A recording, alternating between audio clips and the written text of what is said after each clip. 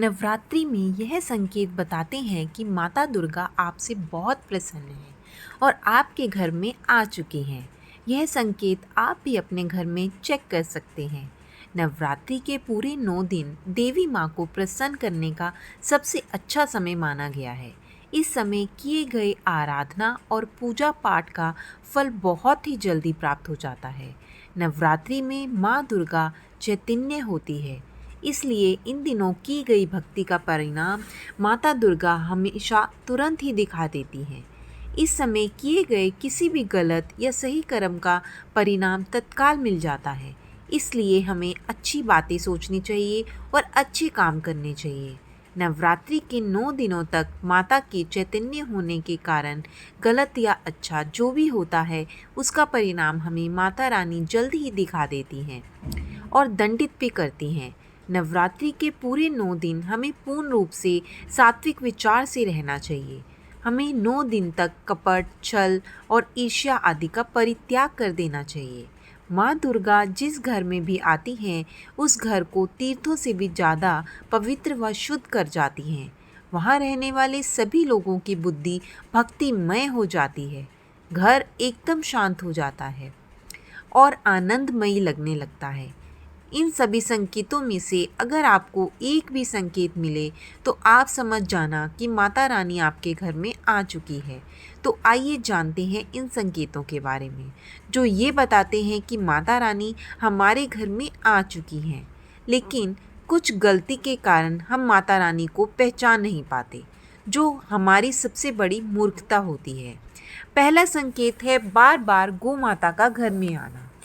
जिस भी घर में माँ दुर्गा आती है उस घर में उनकी बहन कामधेनु उनकी सेवा और दर्शन के लिए बार बार घर के द्वार पर आ जाती हैं और घर के आसपास घूमती रहती हैं। ऐसे में अगर आपके घर भी आसपास गौ माता नजर आ जाए तो इसका मतलब यह है कि आपके घर में माता रानी आ चुकी हैं। मधुमक्खी माँ दुर्गा की भ्रामरी स्वरूप होती है। ऐसे में जिस घर में भी माँ दुर्गा आती है उस घर में मधुमक्खी आती है, क्योंकि जो मधुमक्खी होती है वह माँ दुर्गा का ही स्वरूप होती है। वह अपने पूर्ण स्वरूप के दर्शन के लिए अर्थात नव दुर्गा के दर्शन के लिए आपके घर में आती है। तो ऐसे में हमें समझ जाना चाहिए कि घर में माता रानी आ चुकी हैं। अगर आपके अपने घर में माता रानी को प्रसन्न करने के लिए ज्योति स्थापित किया है और ज्योति की लो तीव्र गति से जले तो ऐसे में हमें समझ जाना चाहिए कि ज्योति के समक्ष स्वयं माँ दुर्गा खड़ी हैं, जो आपके घर में स्थापित ज्योति को स्वयं रक्षा कर रही हैं।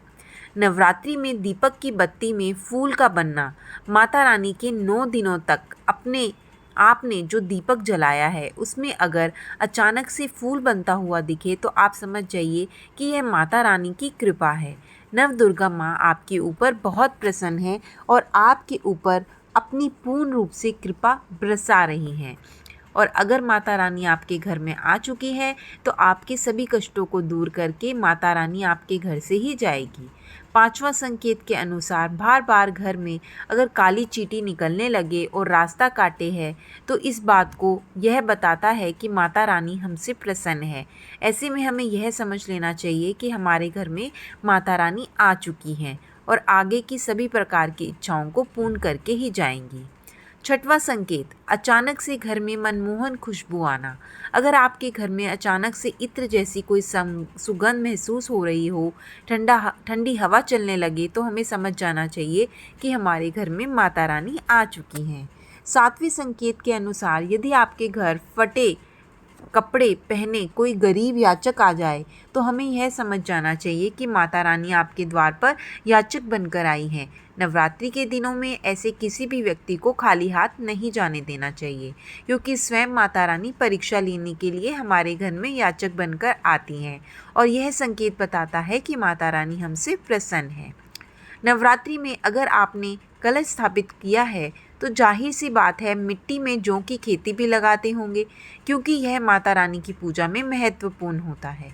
माता रानी की भक्ति में बिछाई गई जौ अगर उगाते हैं तो यह बहुत ही अच्छा माना जाता है।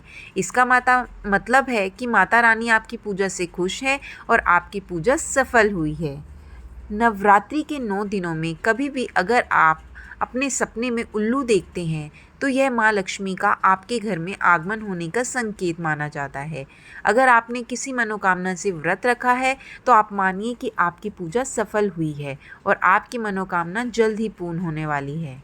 नवरात्रि के दिनों में अगर आप कहीं बाहर जाते हैं, उन दिनों में आपको रास्ते में सांप या बंदर दिख जाए तो यह भी बहुत अच्छा माना जाता है। कहा जाता है कि यह इस बात का संकेत है कि आप पर देवी माँ की कृपा होने वाली है।